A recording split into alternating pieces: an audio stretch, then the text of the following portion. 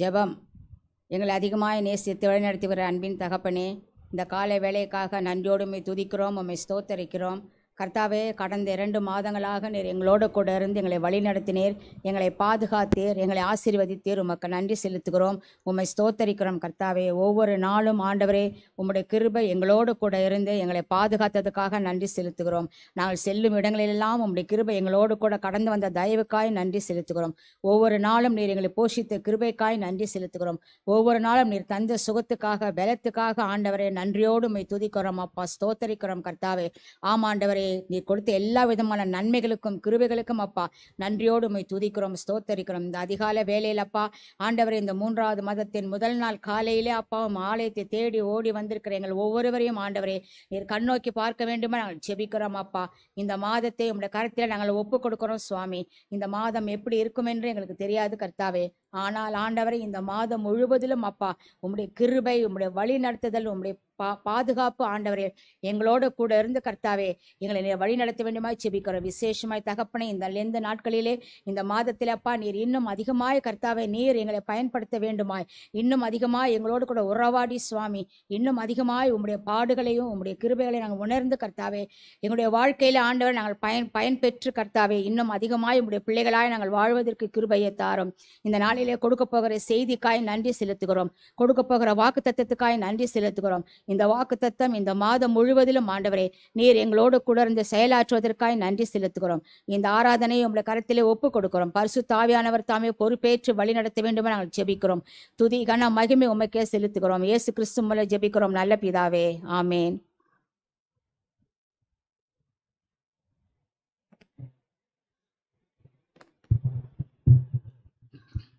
இந்த ஆராதனைக்கு ஆரம்ப பாடலாக நாம் கீர்த்தனை 3வது கீர்த்தனையை பாடுவோம். கீர்த்தனை எண் 3, இயேசுவையே துதிசை என் மனமே என்ற இயேசுவையே துதிசை என்ற மனமே என்ற 3வது கீர்த்தனையை பாடுவோம்.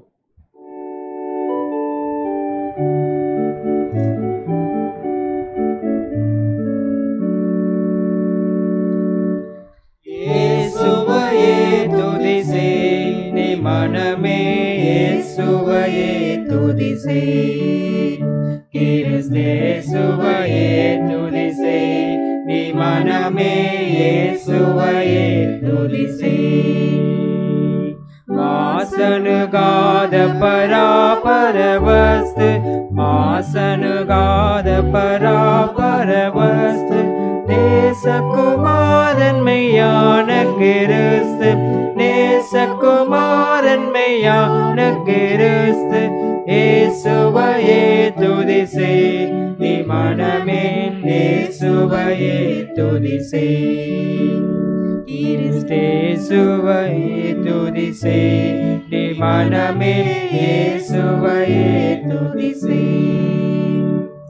அந்தரவான் தரையுள் தரு தந்தன், அந்தரவான் தரையுள் தரு தந்தன், சுந்தர மிகுந்த சவுந்தர நந்தன், சுந்தர மிகுந்த சவுந்தர நந்தன், இயேசுவையே துதிசை நீ மனமே, இயேசுவையே துதிசை, கிறிஸ்தேசுவையே துதிசை நீ மனமே, இயேசுவையே துதிசை.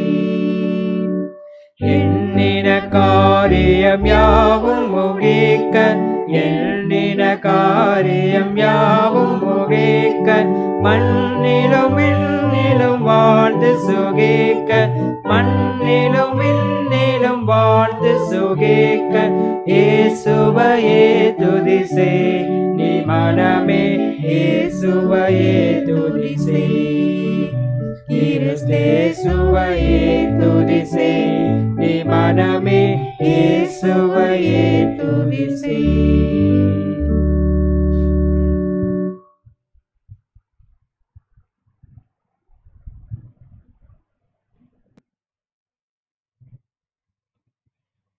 கர்த்தரை ஸ்தோத்தரிக்கும்படியான வேளை இது. திரையில் காணக்கூடிய ஸ்தோத்திர சங்கீதத்தை நாம் மாறி மாறி நாம் சொல்லுவோம்.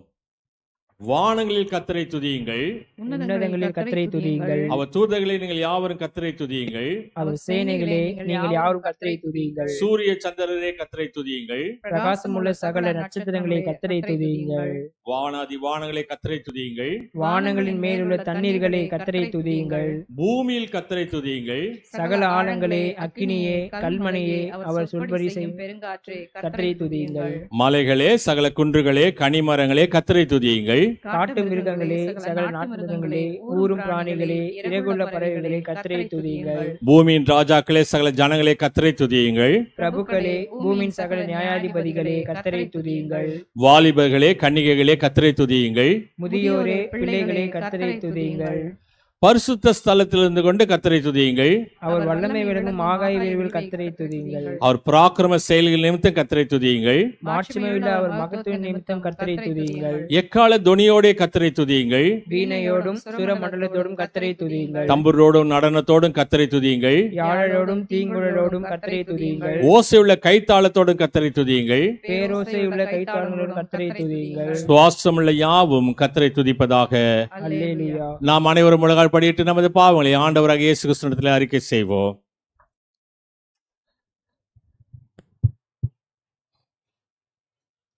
தாவீது ராஜா கற்பித்ததை போல நாம் சொல்லி பார்ப்போம். கடவுளே, உமது கிருபையின்படி எனக்கு இறங்கும், உமது இரக்கங்களின் பெருக்கத்துக்கு தக்கபடி என்னுடைய மீறுகளை அழித்துவிடாதிரும். என் அக்கிரமம் நீங்க என்னை முற்றிலும் கழுவியறலும் ஆண்டவரே, என் பாவமறை என்னை சுத்திகரியும் என்று சொல்லி ஆண்டவரிடத்திலே அறிக்கை செய்வோம். என் மீறுகளை நான் உணர்ந்து பார்க்கிறேன், என் பாவம் எப்போது எனக்கு முன்பாக நிற்கிறது. ஆண்டவரே, தேவரீ ஒருவருக்கே விரோதமாக நான் பாவம் செய்து உமது கண்களுக்கு முன்பாக பொல்லாப்பானதை நடப்பித்தேன். நீ பேசும்போது உமது நீதி விளங்கவும், நீ நியாயம் தீர்க்கும் போது உமது பரிசுத்தம் விளங்கும் இதை அறிக்கையிடுகிறேன் என்று சொல்லி நாம் அறிக்கை செய்வோம். இதோ நான் துர்குணத்தில் உருவானேன், என் தாயனை பாவத்திலே கர்ப்பம் தரித்தால், இதோ உள்ளத்தில் உண்மையாயிருப்பது உமக்கு பிரியம். அந்தரங்கத்திலே ஞானத்தை எனக்கு தெரியப்படுத்துவீர். ஈசோப்பால் என் பாவத்தை நீக்கும், அப்போது நான் சுத்தமாவேன். என்னை கழுவியருளும், நான் அப்போது வெண்மையாவேன் என்று சொல்லி ஆண்டவரிடத்திலே மன்றாடுவோம். நீ நொறுக்கின என் எலும்புகள் களி கூறும்படி நான் சந்தோஷத்தை மகிழ்ச்சியும் கேட்க செய்யும். என் பாவங்களை பாராதபடி மது திருமுகத்தை மறைத்தருளும். ஆண்டவர், என் அக்கிரமங்கள் எல்லாம் அழித்துவிடும். கடவுளே, சுத்தமான இதயத்தில் என்னை சிருஷ்டியும் என்று சொல்லி ஆண்டவரிடத்திலே வேண்டுதல் செய்வோம். ஆண்டவரே, நிலைவரமான ஆவி என்னுடைய உள்ளத்திலே புதுப்பித்தரலும், உமது சமூகத்திலிருந்து என்னை தள்ளிவிடாதிரும். உமது பசுத்தாவின் இடத்திலிருந்து எடுத்துக்கொள்ளாதிரும். உமது ரட்சணத்துடைய சந்தோஷத்தை திரும்ப எனக்கு தாரும். உற்சாகமான ஆவியனை தாங்கும்படி செய்யும் என்று சொல்லி ஜெபிப்போம். எங்கள் பரமபிதாவே, தேவரீர் கடந்த இரவிலும் கடந்த மாதத்தில் எந்த கெடுதியும் தீங்க நேரிடாமல் எங்களை காப்பாற்றின உமது கிருபைக்காக உம்முடைய ஒன்றான குமாரங்கள் மீட்பமாக இயேசு கிறிஸ்து நாமத்தினாலே உமக்கு ஸ்தோத்திரம் செலுத்துகின்றோம். இந்த பகல் முழுவதும், இந்த மாதம் முழுவதும் நாங்கள் எவ்வகையான பாவம் செய்யாதபடி தேவர் எங்களை தடுத்து காத்து எங்களுடைய நினைவு, பேச்சு, செய்கையெல்லாம் உமக்கு ஏற்றவையாக இருக்கவும், எங்களுடைய வேலைகளை நாங்கள் உண்மையோடு சுறுசுறுப்போடு செய்து முடிக்கவும் கிருபை கொண்டலும். எங்கள் ஆத்மம், சரீரம் மற்றும் எங்களுக்கு உண்டான யாவற்றையும் கிறிஸ்துவ சபையை அதை வழக்கு திருப்பணிகளை தேவருக்கு ஒப்புக் கொடுக்கின்றோம். பொல்லாங்கனாக சத்துரியங்களை வென்று விடாதபடி உமது பசுத்த தூதரை எங்களுக்கு காவலாக வைத்து உமது ஆவியானவரை கொண்டு எங்கள் நித்திய ஜீவ பாதையிலே நடத்தியலும் சுவாமி. ஆமேன்.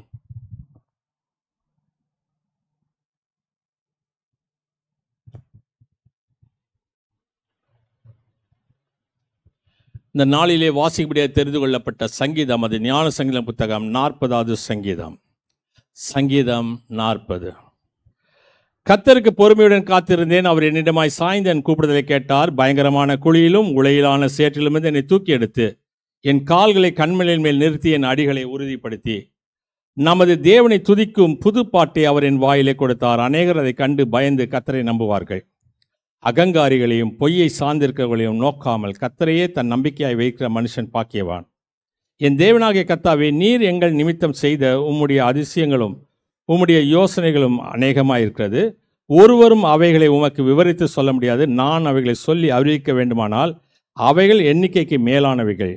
பலியையும் காணிக்கையும் நீர் விரும்பாமல் என் செவிகளை திறந்து சர்வாங்கன தகன பலியையும் பாவ நிவாரண பலியையும் நீர் கேட்கவில்லை. அப்போது நான், இதோ வருகிறேன், புத்தக சூழலில் என்னை குறித்து எழுதியிருக்கிறது. என் தேவனே, உமக்கு பிரியமானதை செய்ய விரும்புகிறேன். உமது நியாயப்பிரமாணம் என் உள்ளத்துக்குள் இருக்கிறது என்று சொன்னேன். மகா சபையிலே நீதியை பிரசங்கித்தேன். என் உதடுகளை மூடேன். கர்த்தாவே, நீர் அதை அறிவீர். உடைய நீதியை நான் என் இதயத்துக்குள் மறைத்து வைக்கவில்லை. உமது சத்தியத்தையும் உமது ரட்சிப்பையும் சொல்லியிருக்கிறேன். உமது கிருபையை உமது உண்மையை மகா சபைக்கு அறிவியாதபடிக்கு நான் ஒளித்து வைக்கவில்லை. கர்த்தாவே, நீர் உம்முடைய இரக்கங்களை எனக்கு கிடையாமல் போக பண்ணாதேயும். உமது கிருபையும் உமது உண்மையும் எப்போது என்னை காக்க கடவது. எண்ணிக்கைக்கு அடங்காத தீமைகள் என்னை சூழ்ந்து கொண்டன. என் அக்கிரமங்கள் என்னை தொடர்ந்து பிடித்தது. நான் நிமிர்ந்து பார்க்கக்கூடாது இருந்தது. அவைகள் என் தலைமயிரிலும் அதிகமாயிருக்கிறது. என் இருதயம் சோர்ந்து போகிறது. கர்த்தாவே, என்னை விடுவித்தாலும் கர்த்தாவே எனக்கு சகாயம் பண்ண தீவிரியும். என் பிராணனை அழிக்க தேடுகிறவர்கள் ஏகமாய் வெட்கி நாணி எனக்கு தீங்கு செய்ய விரும்புகிறவர்கள் பின்னிட்டு லட்சிய அடைவார்களாக. என் பேரிலே ஆஹா ஆஹா என்று சொல்லுகிறவர்கள் தங்கள் வெட்கத்தின் பலனை அடைந்து கைவிடப்படுவார்களாக. உம்மை தேடுகிற அனைவரும் உமக்குள் மகிழ்ந்து சந்தோஷப்படுவார்களாக. உடைய ரட்சிப்பை விரும்புகிறவர்கள் கர்த்தருக்கு மகிமை உண்டாவதாக என்று சொல்லி எப்போதும் சொல்வார்களாக. நான் சிறுமையும் எளியுமானவன், கர்த்தரோ என் மேல் நினைவாயிருக்கின்றீர். தேவரீர் என் துணையும் என்னை விடுவிக்கிறமாயிருக்கிறீர். என் தேவனே தாமதியாயதேயும் என்பது வாசிக்க முடியாது தெரிந்து கொள்ளப்பட்ட வேத பகுதி வாசிக்கப்பட்டு முடிந்தது. கர்த்தர் தாமே இந்த வசனங்களை நமது இருதயங்களில் நித்திய ஜீவனுக்கு என்று தடமளித்து காப்பாராக. ஆமேன். நாம் அனைவரும் எழுந்து நின்று நமது விசுவாசத்தை அப்போஸ்தலர் விசுவாச பிரமாணத்தின் மூலம் பக்தியோடு அறிக்கை செய்வோம். பரலோகத்தையும் பூலோகத்தையும் படைத்த சர்வத்துள்ள பிதாவாகிய பிராமணனை விசுவாசிக்கின்றேன். அது ஒன்றான குமாரனாக நாத இயேசு கிறிஸ்துவை விசுவாசிக்கிறேன். பசுத்தாவினால் கர்ப்பமாக உற்பவித்து கன்னிமரத்தில் பிறந்து பொந்தி விழாத்தினை பாடுபட்டு சிலுவையில் அறையுண்டு மறுத்து அடக்கம் பண்ணப்பட்டார். பாதாளத்தில் இறங்கி 3ஆம் நாள் மருத்துவ துழித்திருந்தார். பரமரத்துக்கு ஏறி சர்வத்துள்ள பிதாவாகிய பராமரியில் வளர்ந்து பெற்றிருக்கிறார். அடுத்த ஜீவனில் ஒரு மருத்துவ நியாயத்திற்கு வருவார். பசுத்தாவினை விசுவாசிக்கிறேன். பொதுவான பசு சபையும் பசுனோட ஐக்கியமும் பாவமணிப்பும் மாம்சோய்த்ததிலும் நித்திய ஜீவன் உண்டு என்று விசுவாசிக்கிறேன். ஆமேன். நாம் அறிக்கை செய்த இந்த விசுவாசம் நம்ம இன்னும் மட்டுமல்ல, நமது மரணமற்ற நிலையத்திற்கு எல்லாம் உள்ள தூயாவியானவர் உங்களுக்கு எனக்கு துணை செய்வாராக. ஆமேன்.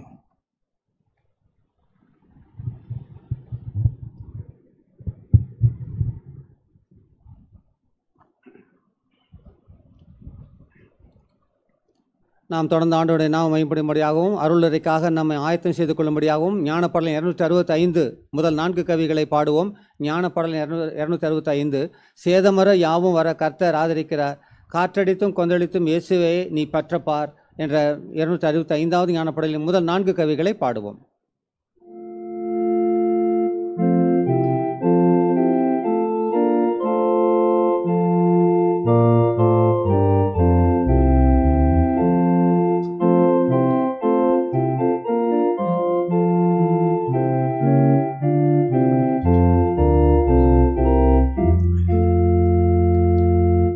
சேதமர யாவும் வர கர்த்தர் ஆதரிக்கிறார், காற்றடித்தும் கொந்தளித்தும் இயேசுவை நீ பற்றப்பார். இயேசு பாரார் காரார் தூங்குவார் என்றெண்ணாதே, கலங்காதே தவிக்காதே, நம்பினோனை விடாதே. கண்மூடாத ஊரங்காத உன் கர்த்தாவை பற்றி நீ அவர் தாமே காப்பாராமே என்று அவரை பணி. நன்மை வந்தோ மாட்டி கண்டோம் நீ பயப்படாதிரு, உன்னிலுள்ள துக்கமுள்ள நெஞ்சை தேற்றுவார் போரு.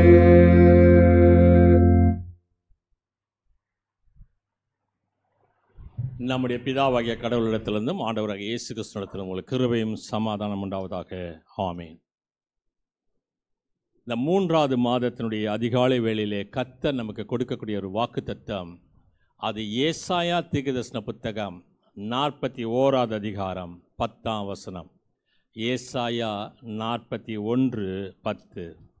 நீ பயப்படாதே, நான் உன்னுடனே இருக்கிறேன், திகையாதே, நான் உன் தேவன், நான் உன்னை பலப்படுத்தி உனக்கு சகாயம் பண்ணுவேன், என் நீதியின் வலது கரத்தினால் உன்னை தாங்குவேன். ஆண்டவரை நோக்கி ஜெபம் செய்வோம்.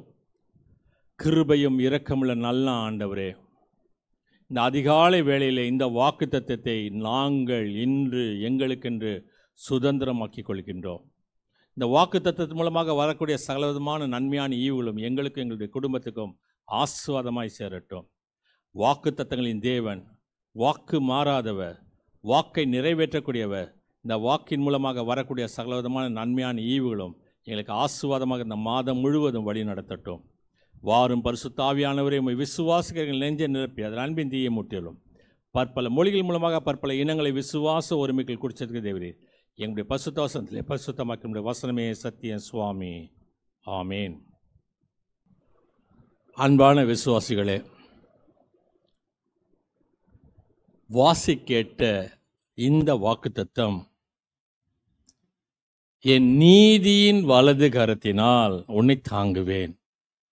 என் நீதியின் வலது கரம் என்று சொல்லப்படுகிறது.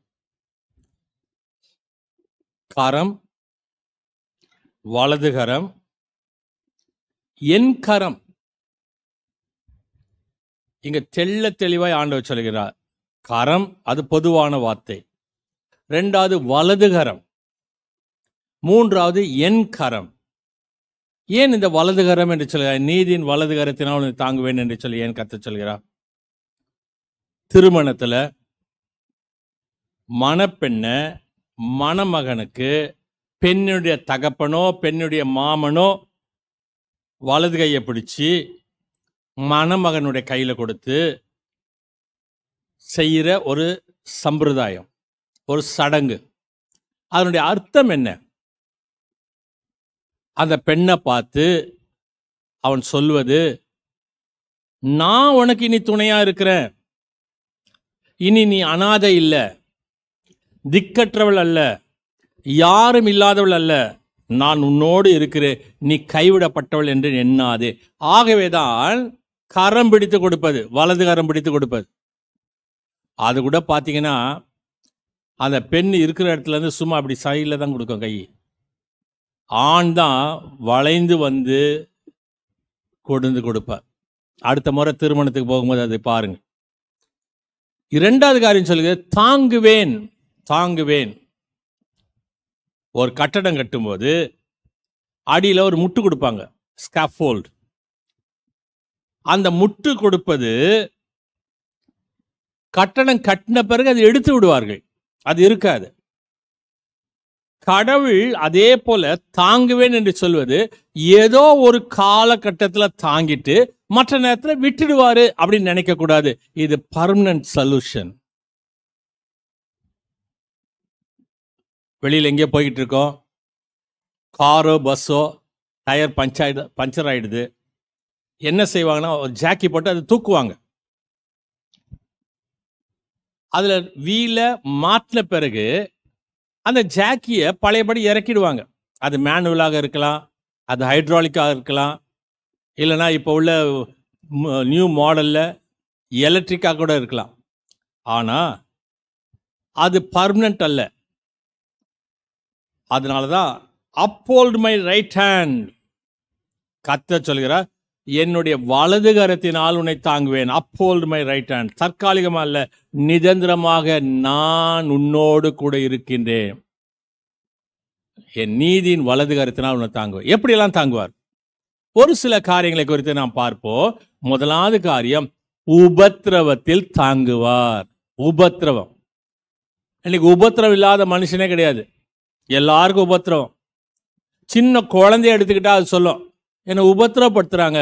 என்ன தலைக்கு ஊத்துறாங்க, தலையில் எண்ணெயை தேய்ச்சி அது தலைக்கு வந்து சீக்கா போட்டு இல்லை இதாக போட்டு ஷாம்பு போட்டு தேய்க்கிறாங்க, என்னை உபத்திரப்படுத்துறாங்க. அந்த குழந்தை அது சொல்லும். இன்னைக்கு எல்லாருக்கும் உபத்திரவங்கள் உண்டு.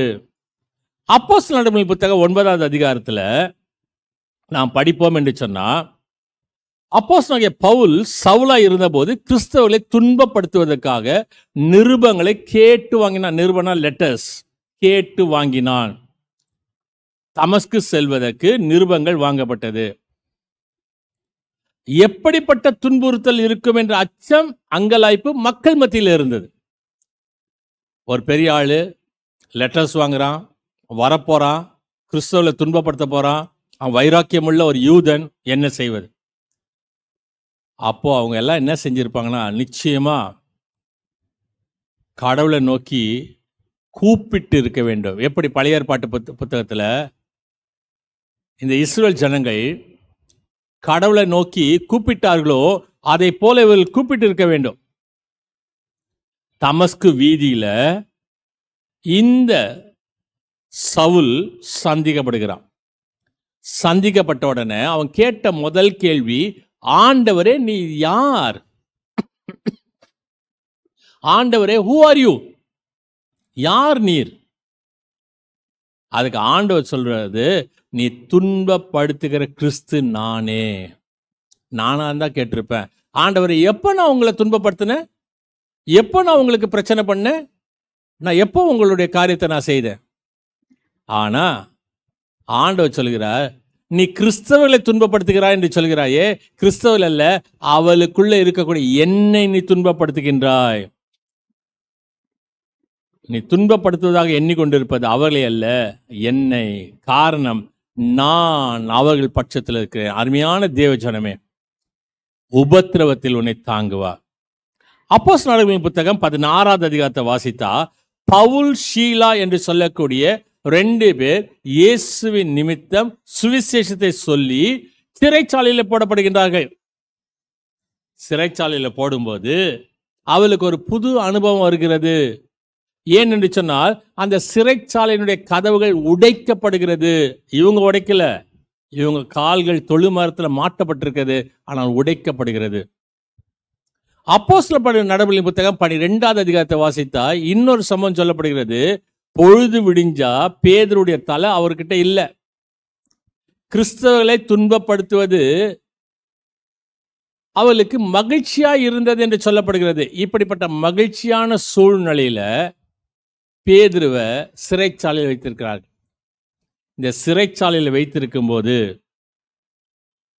ஒரு கூட்டத்து ஜனம் வெளியே ஜெபித்து கொண்டிருக்கின்றார்கள். அந்த ஜெபம் செய்யும் போது தேவதூதன் வந்து 4 காவல்கள் 4 செக் போஸ்ட தாண்டி அவரை கொண்டு வந்து தெருவில் விடுகின்றான். அருமையான தேவ ஜனமே, நான் உபத்திரப்படுகின்றேன், எனக்கு உபத்திரம் இருக்கிறது, அநேக உபத்திரங்களை நான் சகிச்சு கொண்டிருக்கிறேன் என்று சொல்லி நீ சொல்வாய் என்று சொன்னால், உனக்குள் இருக்கக்கூடிய இயேசு உன்னை தாங்குவார். 2வது சம்பவம் சொல்கிறது, ஆபத்து காலத்தில் உன்னை தாங்குவார். ஆபத்து காலத்தில் உன்னை தாங்குவார். என்ன செய்வது என்று அறியாமல் நீ தவித்து கொண்டிருக்கக்கூடிய சூழ்நிலையிலே ஆபத்து காலத்திலே கர்த்தர் உன்னை தாங்குவார். எப்படி தாங்குவாராம்? அதுக்கு ஒரு நல்ல ஒரு உதாரணம் வேதத்தில் சொல்லப்படுகிறது. 1 சாமுவேலின் புத்தகம் 23வது அதிகாரத்தில் சவுல் தாவீதை வேட்டையாடுகின்றான். தாவீது கையில எத்தனையோ தடவை அந்த சவுல் மாட்டினான்.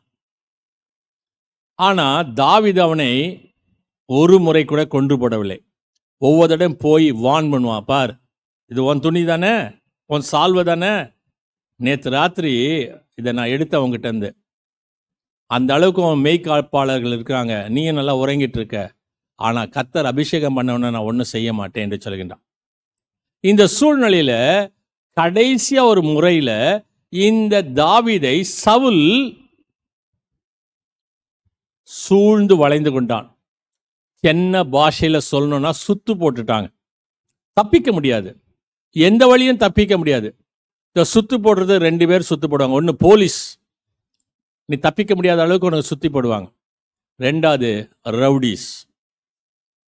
இந்த 2 பேரும் ஒன்று சுத்து போடும்போது அதே போல இந்த சுத்து இந்த சவுலுக்கு தாவீதை சுற்று போடும்போது இது மாகோன் என்று சொல்லக்கூடிய வனாந்திரத்தில் இந்த சம்பவம் நடைபெறுகிறது. 1 சாமுவேல் 23வது அதிகாரம் 24, 25, 26, 27 வசனத்தை வாசித்தா, அப்பொழுது திடீர் என்று ஒரு போர் வீரன் வந்து சவுல் இடத்தில் சொல்கின்றான், ராஜா, நம்ம நாட்டின் மீது பெலிஸ்தியர் வந்து படையெடுத்துட்டு வந்துட்டாங்க. பெலிஸ்தியர் நம்ம நாட்டின் மேல படையெடுத்துட்டு வந்துட்டாங்க. இப்ப சவுல் நினைக்கிறான், இத்தனை நாள் கைக்கு சிக்காதவன் இப்ப சிக்கிட்டான், இன்னும் கொஞ்ச நேரத்தில் நம்ம பிடிச்சிடலாம், இந்த நேரம் பற்றி அவன் ஏதோ சொல்கிறானே என்ன என்று சொல்லி பார்க்கும்போது அவன் மனசில் ஒரு காரியம் வருது. என்ன காரியம் வருதுன்னு சொன்னால், இந்த பெலிஸ்தியர் நம்ம நாட்டின் மீது படையெடுத்துட்டு வந்துட்டா என்ன நடக்கும்? இனி அவனை பிடிக்க முடியாது. ஆனா பெலிஸ்தியர் படையெடுத்துட்டு வந்துட்டாங்கன்னா நாடே போயிடும். இனி நமக்கு பிரச்சனை.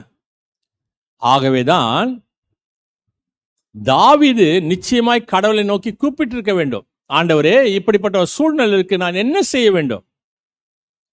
கர்த்தர் பெலிஸ்தியரை அனுப்பி ஆபத்து காலத்திலே தாவீதை விடுதலை. அதனால்தான் ஆபத்து காலத்தில் என்னை நோக்கி கூப்பிடு, நான் உன்னை விடுவிப்பேன் என்று சொல்லி கர்த்தர் சொல்லுகிறார். முதலாவது காரியம் சொன்னேன், உபத்திரவத்தில் உன்னை தாங்குவார். இந்த மாதம் என் நீதியின் வலது கரத்தினால் உன்னை தாங்குவேன் என்று சொல்கிறார் என்று சொன்னா, உபத்திரவத்தில் உன்னை தாங்குவார். இரண்டாவது, ஆபத்து காலத்திலே போறதுக்கு வேற வழியே என்று சொல்லி கதறும் போது கர்த்தர் தாவீதுக்கு வழிகாட்டின ஆண்டவர். அதனாலதான் அவன் சொல்றான் 91 சங்கீதம், எனக்கு அடைக்கலமாய் இருக்கக்கூடிய கர்த்தரை நீ தாபரமாய் கொண்டாய், ஆகால் பொல்லாப்பு உனக்கு நேரிடாது, வாதை உன் கூடாது தனக்கு. கர்த்தர் உன் வாழ்க்கையில பெரிய காரியங்களை செய்வார்.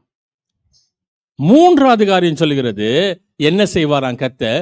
சோர்வு காலத்துல, நீ சோர்ந்து போன காலத்துல, சோர்ந்து போய் என்ன செய்வது என்று சொல்லி அறிய முடியாத சூழ்நிலை கர்த்தர் உன்னை தாங்குவார். சோர்வு உற்ற காலத்துல. அதுக்கு ஒரு நல்ல ஒரு உதாரணம் நியாயாதிபதி புத்தகம் 16வது அதிகாரத்துல சொல்லப்பட்ட சிம்சோனுடைய வாழ்வு. இந்த சிம்சோன் தாயினுடைய கற்பத்தில் இருக்கும்போதே அவள் தாயானவை மதுபானம் குடியாமல் திராட்சரசம் அருந்தாமல் தன் மகனுக்காக பொருத்தனை செய்து முடி சிரசேசம் செய்யப்படாமல் அவனை நசரனாக வளர்த்தான். அவன் சில காரியங்களில் செய்து கடைசியில் என்ன நடக்கிறது என்று சொன்னா, அவன் கண்கள் பிடுங்கப்படுகிறது, தலை சிரைக்கப்படுகிறது. வேதத்தை எடுத்து நீங்க அதில் கொஞ்சம் வாஸ்து பாருங்க, நேரம் கிடைக்கும் போது. அவன் மொட்டை அடிக்கப்படுகின்றான். மொட்டை அடித்த பிறகு வேதம் சொல்லுது, அந்த தலையில முடி வளர்ந்த போது. அப்படின்னா எத்தனை நாள் ஆகும் ஒரு முடி வளர்றதுக்கு? எத்தனை ஆகும்? மொட்டை அடிச்சு பாருங்களேன், எப்படியோ ஒரு 2 வாரம் ஆகும். முதல் நாள் வளருமா வளவளன்னு இருக்கும், அடுத்த நாள் வந்தால் சொரன்னு இருக்கும், அதுக்கப்புறம் கொஞ்சமாக அப்படி தண்ணியை முடி இருக்கும். அதுக்கப்புறம் அந்த முடி வளர்ந்த பிறகு இப்போ ஒரு சிறு பிள்ளையாண்டான் அவனை வழி நடத்தி வந்து வேடிக்கை காட்டும்படியாக வேடிக்கை பொருளாக அவனை வைக்கின்றார்கள். அப்போ அந்த சோர்ந்து போன நேரத்தில் நான் ஒரு பெரிய அரண்மனையினுடைய ஒரு கோட்டையினுடைய வாசலை தூக்கி கொண்டு நான் மலையின் மேல் ஏறினவன். இப்போ நான் கைகள் கட்டப்பட்டவனாய் இருக்கிறேன். ஆண்டவரே, நியாயாதிபதியின் புத்தகம் 16வது அதிகாரம் 28வது வசனம் சொல்லுது, ஆண்டவர் இந்த ஒரு விசை மாத்திரம் நினைத்தரலும். எவ்வளோ நாள் எனக்கு உதவி செஞ்சீங்க ஆண்டவரே, ப்ளீஸ் இந்த ஒரு விஷயம் மாத்திரம் நினைத்தரலும். நான் ஏற்கனவே உங்ககிட்ட சொல்லியிருக்கேன், நான் பியூசி படிக்கும்போது அநேக அட்டம்ஸ் இருக்கும்போது கர்த்தர் ஒரு மாதத்தில் எனக்கு வாக்குத்தத்தம் கொடுத்தார். இந்த சிம்சோன் சொன்னது போல ஆண்டவர் இடத்துல கேட்ட, ஆண்டவர் இந்த ஒரு விஷயம் மாத்திரம் எனக்கு ஹெல்ப் பண்ணுங்க பாஸ் பண்ணுறதுக்கு. கர்த்தர் எனக்கு உதவி செய்யலை. ஆனால் இவன் கேட்ட உடனே இந்த ஒரு விஷயம் மாத்திரம் நினைத்தருன்னு சொல்லும்போது கர்த்தர் அவனுக்கு புதிய பலத்தை கொடுத்தா. வலது கரத்தினால் தாங்கினார், என் கரத்தினால் தாங்குவேன் என்று சொன்னாரே, தாங்கினார். வேதவசம் சொல்லுகிறது, அவன் உயிரோடு இருக்கும்போது மரித்தவர்களை காட்டிலும் அவன் இறக்கும்போது மரித்தவர்கள் அநேகம். ஒருவேளை ஆண்டவரிடத்தில் அவன் இப்படி கேட்டிருக்கலாம், ஆண்டவரே இவங்களெல்லாம் சாகடிக்கணும், என்னை மட்டும் உயிரோடு வச்சுருந்தா கர்த்தர் செஞ்சிருப்பாரு. ஆனால் அவன் செய்த குற்றத்தை உணர்ந்து, செய்த தவற்றை அவன் உணர்ந்து, இவர்களோடு கூட நான் மடிந்து போகட்டும் என்று நினைக்கின்றான். சோர்வு காலத்தில் நீ சோர்ந்து போயிருப்பாய் என்று சொன்னார். உன் மனது சோர்ந்து போயிருக்கும் என்று சொன்னா, உன் எண்ணங்கள் சோர்ந்து போயிருக்கும் என்று சொன்னா, கர்த்தர் உனக்கு உதவி செய்வார். 3 காரியங்களை சொல்லியிருக்கின்றேன். உபத்திரவத்தில் கர்த்தர் உன்னை தாங்குவார், ஆபத்து காலத்தில் கர்த்தர் உன்னை தாங்குவார், சோர்வுற்ற காலத்தில் கர்த்தர் உன்னை தாங்குவார். 4வது காரியம், நீ நன்மை செய்யும் போது கர்த்தர் உன்னை தாங்குவார். நீ நன்மை செய்வாய் என்று சொன்னால் கர்த்தர் உன்னை தாங்குவார். லூக்கா எழுதின சுவிசேஷம் 19வது அதிகாரத்தில் நாம் வாசிக்கின்றோம், இயேசு எப்படிப்பட்டவரோ என்று பார்க்க வேண்டும் என்று சொல்லி காட்டத்தி மரத்தின் மேல் ஏறின சகைவு இருந்த மரத்திற்கு கீழாக வந்து சகையை பார்த்து சொல்லுங்க, சகைவை கீழே இறங்குவா, நான் இன்னைக்கு உன் வீட்டில் தங்கணும். என்ன நடக்குது? ஆண்டவரே, நான் உங்களோட கூட ஒரு உடன்படிக்கை பண்றேன். என் ஆஸ்தியில் பாதியை ஏழைகளுக்கு கொடுக்கின்றேன். நன்மை செய்யும் போது கர்த்தர் உன்னை தாங்குவார். நீ என்ன நன்மை செய்கின்றாயோ கர்த்தர் அதை உன்னை தாங்குவார். அதனாலதான் ஆண்டவர் சொல்ல, இன்று இந்த வீட்டுக்கு மீட்பு வந்தது. அவன் சொன்னபடி தான் சொல்றான், இன்று இந்த வீட்டுக்கு மீட்பு வந்தது.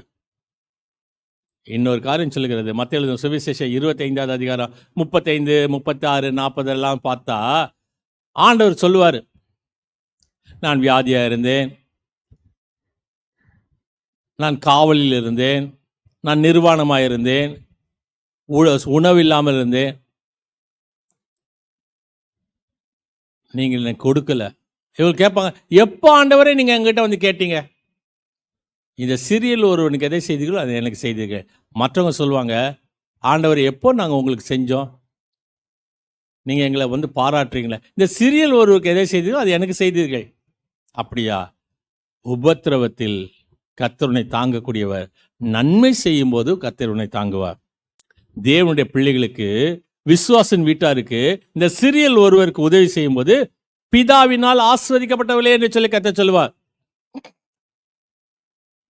உதவி செய்யணும்னு சொன்னா யாரோ ரோட்ல போறவங்க வரவங்க இல்லை, உன்னுடைய குடும்பத்துல நலிந்து போய், உன் குடும்பத்துல ஏழ்மையில உதவிக்காக காத்து கொண்டிருக்கக்கூடிய உன் குடும்பத்தில் உன் தாயின் கர்ப்ப பிறப்புகளாக இருந்தா அவளுக்கு உதவி செய். அதுக்கப்புறம் அடுத்த வீட்டுக்கு போலாம். முதல்ல உன் குடும்பத்துல பார். ஒரு அருமையான உதாரணம், நம்ம எல்லாருக்கும் தெரிந்த ஒரு உதாரணம். யார்? அன்னை தெரசா. அன்னை தெரசா இருந்த அந்த கொல்கட்டால அவருடைய வீட்டுக்கு நான் போனேன். அவருடைய கட்டில் பார்த்தேன், அவருடைய செருப்பெல்லாம் பார்த்தேன். என்ன நடக்குது தெரியுமா? அவர் தெரு தெருவா போய் ஏழை பிள்ளைகளுக்காக அந்த பெரிய வியாபாரிகளிடத்துல கையேந்தி காசு கேட்பாராம். அதுல ஒரு திமிர் பிடித்த ஒரு வியாபாரி என்ன செய்தானா, அவருடைய கைகளிலே காரி உமிழ்ந்து போ என்று சொல்லி விரட்டினானாம். நம்மளா இருந்தா என்ன வரும்? கொடுக்குறதா கொடுக்குறேன்னு சொல்லி, கொடுக்கலன்னா கொடுக்கலன்னு சொல்லி, இது என்ன கையில் எச்ச துப்புற? அந்த அம்மா என்ன செஞ்சாங்களாம், அந்த கையை வச்சுக்கிட்டு அந்த வியாபாரி இடத்துல சொன்னாராம், நீ இப்போ எனக்கு கொடுத்துட்டீங்க, ஆனா அந்த பிள்ளைகளுக்கு நீங்க ஏதாவது கொடுக்கணுமே, என் பிள்ளைகளுக்கு ஏதாவது கொடுக்கணுமே என்று சொன்னார்களாம். என் பிள்ளைகளுக்கு ஏதாவது கொடுக்கும். அவன் மனம் உடைந்து மாதந்தோறும் மளிகை சாமான்கள் அவனுடைய கடையிலிருந்து தான் சென்றது என்று சொல்லி இந்த அருமையான அன்னை தெரசா வாழ்க்கை சரித்திரத்தில் சொல்லப்படுகிறது. அருமையான தேவ ஜனமே, கர்த்தர் உன்னை நீதியின் வலது கரத்தினால் தாங்குவார் என்று சொன்னால் உபத்திரவத்தில் மட்டுமல்ல, ஆபத்தில் மட்டுமல்ல, சோர்வு காலத்தில் மட்டுமல்ல, நீ நன்மை செய்யும் போது கர்த்தர் உன்னோடு கூட இருக்கின்றார்.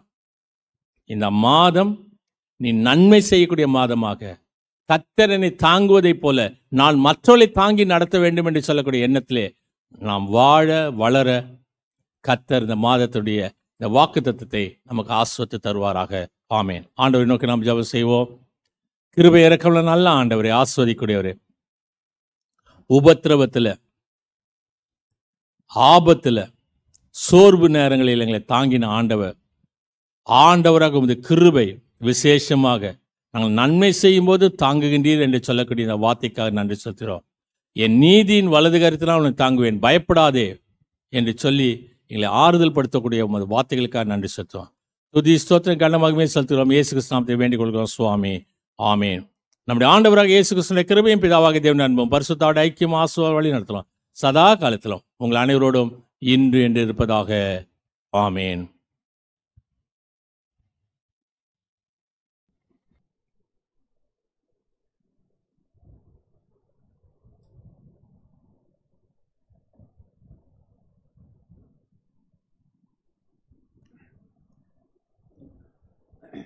மீண்டும் கடவுளின் நாமம் மையப்படும்படியாகவும் 264வது ஞானப்பாடலின் முதல் 4 கவிகளை பாடுவோம்.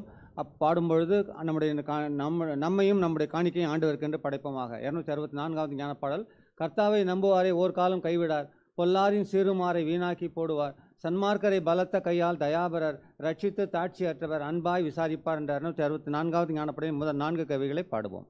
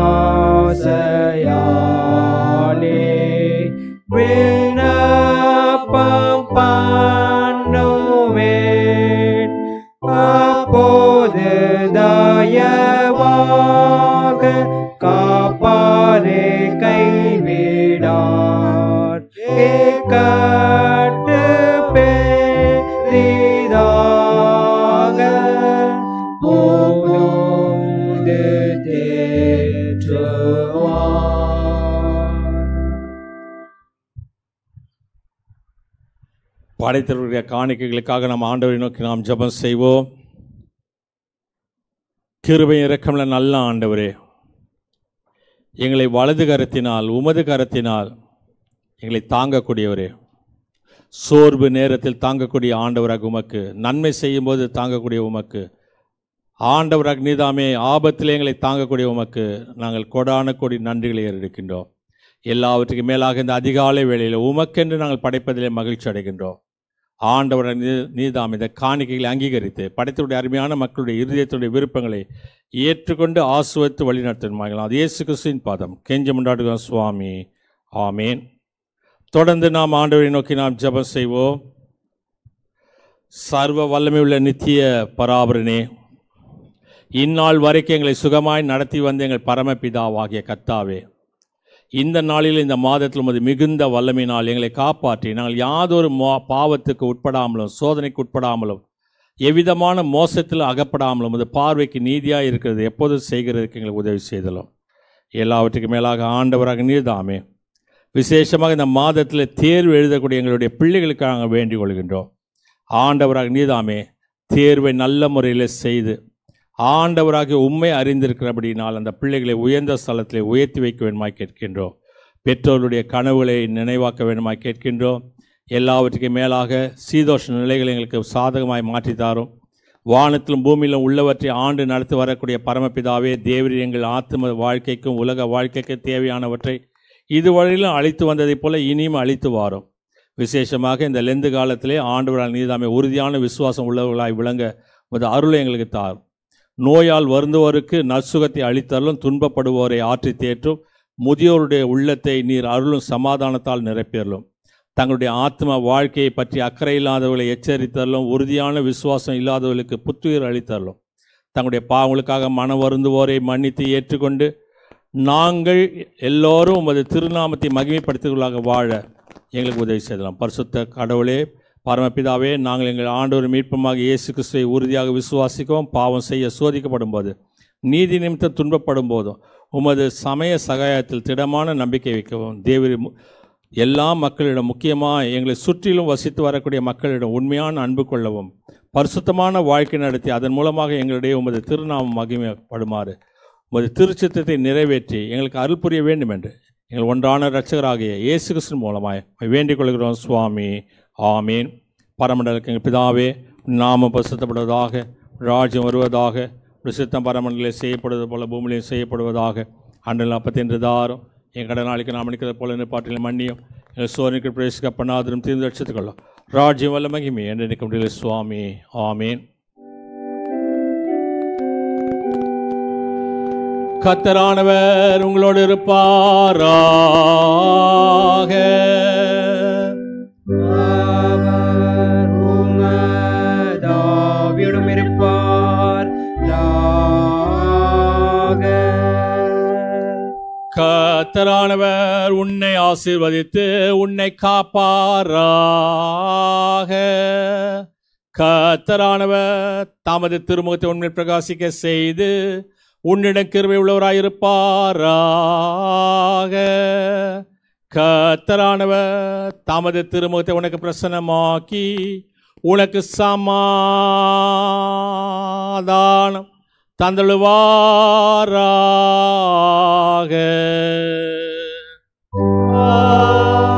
ஆமென். ஆமென்.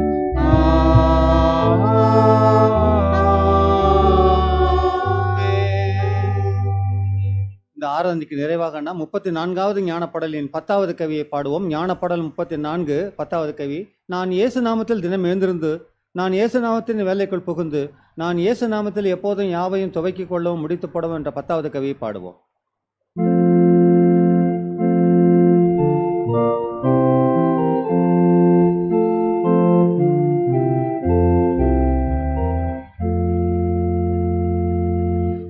நான் இயேசு நாமத்தில் தினம் எழுந்திருந்து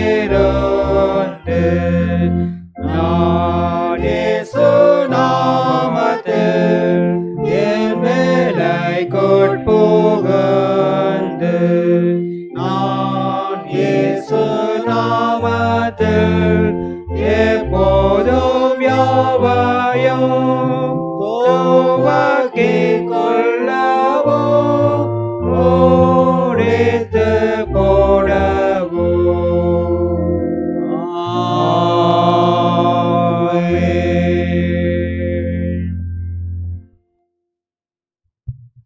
ஜெபம் செய்வோம். எங்களை நேசித்து வழிநடத்தி வருகிற அன்பின் தகப்பனே, இந்த காலை வேலைக்காக நன்றியோடு உம்மை துதிக்கிறோம், உம்மை ஸ்தோத்தரிக்கிறோம். ஆண்டவரே, இந்த ஆலய ஆராதனை நீர் எங்களுக்கு ஆசீர்வதித்து கொடுத்த கிருபைக்காய் நன்றி செலுத்துகிறோம், உம்மை ஸ்தோத்தரிக்கிறோம். நீர் கொடுத்த வாக்குத்தத்தத்துக்காய் நன்றி செலுத்துகிறோம், ஸ்தோத்தரிக்கிறோம். கர்த்தாவே, நீர் என் வலது கரத்தினாலும் உன்னை தாங்குவேன் என்று சொன்ன ஆண்டவரே, இந்த மாதம் முழுவதிலும் அப்பா நீர் எங்களை தாங்குவதற்காய், நடத்துவதற்காய், தப்புவிப்பதற்காய், அணைப்பதற்காய் நன்றியோடு உம்மை துதிக்கிறோம் அப்பா, ஸ்தோத்தரிக்கிறோம் கர்த்தாவே. நீர் எங்களை ஆசீர்வதிப்பதற்காய் நன்றி செலுத்துகிறோம். இந்த மாதம் முழுவதிலும் அப்பா, ஒவ்வொரு நாளும் ஆண்டவரே நீர் எங்களை போஷித்து எங்களை வழி நடத்தி ஆண்டவரே, நீர் வாக்குத்தத்தம் தந்தவர், வாக்கு மாறாதவர் கர்த்தாவே. அப்படியே நீர் செய்யக்கூடிய கர்த்தர் ஆண்டவரே. அப்படியாக ஆண்டவரே எங்களை வழி நடத்த முடியாது நாங்கள் ஜெபிக்கிறோம் கர்த்தாவே. இந்த ஆன்லைன் மூலமாய் பார்க்கிற ஒவ்வொரு மக்களையும் ஆண்டவரே நீர் ஆசீர்வதித்து ஆண்டவரே, இந்த வாக்குத்தத்தம் சுதந்திரமாய் அவர்களை ஏற்றுக்கொண்டு ஆண்டவரே உம்மை போற்றி புகழ்ந்து பாடி உமக்காய் ஜீவிக்காப்பா நீர் கிருபை பாராட்டுவதற்காய் நன்றி செலுத்துகிறோம், ஸ்தோத்தரிக்கிறோம் கர்த்தாவே. தொடர்ந்து ஆண்டவரே இந்த மாதம் முழுவதிலும் ஆண்டவரை எங்களை வழி நடத்தும் அப்பா. எங்களுடைய தேவைகள் எல்லாவற்றையும் சந்தித்தரலும் கர்த்தாவே. நன்றியோடு உம்மை துதிக்கிறோம், ஸ்தோத்தரிக்கிறோம் கர்த்தாவே. எங்களை வழி நடத்தும் ஆண்டவரே, எங்களை போஷித்தரலும் கர்த்தாவே. உம்மை துதிக்கிறோம், ஸ்தோத்தரிக்கிறோம். தொடர்ந்து உம்முடைய கிருபை எங்களை வழி நடத்திட்டு எங்களை பாதுகாத்துக் கொள்ளட்டும். இயேசு கிறிஸ்து மூலம் ஜெபிக்கிறோம் நல்ல பிதாவே, ஆமேன்.